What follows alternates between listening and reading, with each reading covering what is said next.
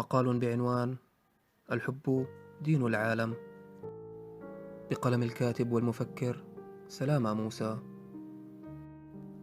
من أغرب الظواهر الاجتماعية في تاريخ البشر أن الأديان جميعها دعت إلى الخير والبر والإيخاء والحب، ولكن البشر لم يعرفوا مع ذلك من الحقد والغضب ومن القتال والانتقام مثل ما عرفوا من الفوارق الدينية. فإن تاريخ أوروبا حافل بالحروب الدينية التي فتكت بالرجال والنساء والأطفال ودمرت البيوت وحطمت الدول.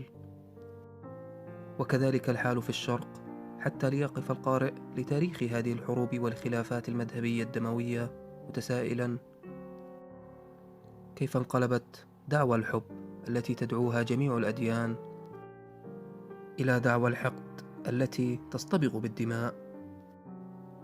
ليس شك في أنها انقلبت هذا الانقلاب المشؤوم، لأن الأديان قد أسيء فهمها حتى صار المؤمن بأحدها يعتقد أن له حق الامتياز على غيره من الذين لم يؤمنوا إيمانه ولم ينطقوا بدعائه ولم يسجدوا بصلاته.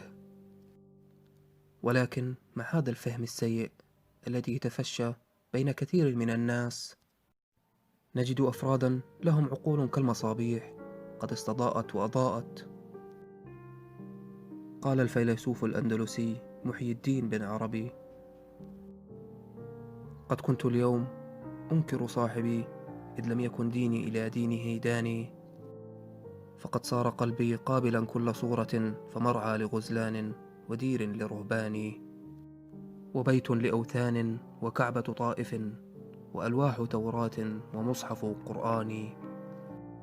أدين بدين الحب أن توجهت ركائبه، فالحب ديني وإيماني.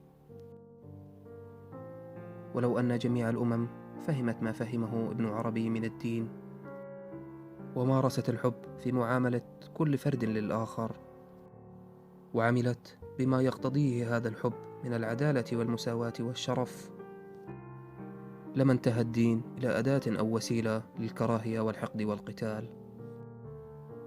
ولذلك فإن هذه الأبيات التي نطق بها ابن عربي جديرة بأن يعيها كل شاب في قلبه، وأن يجعلها هدفا لتربيته القومية والبشرية.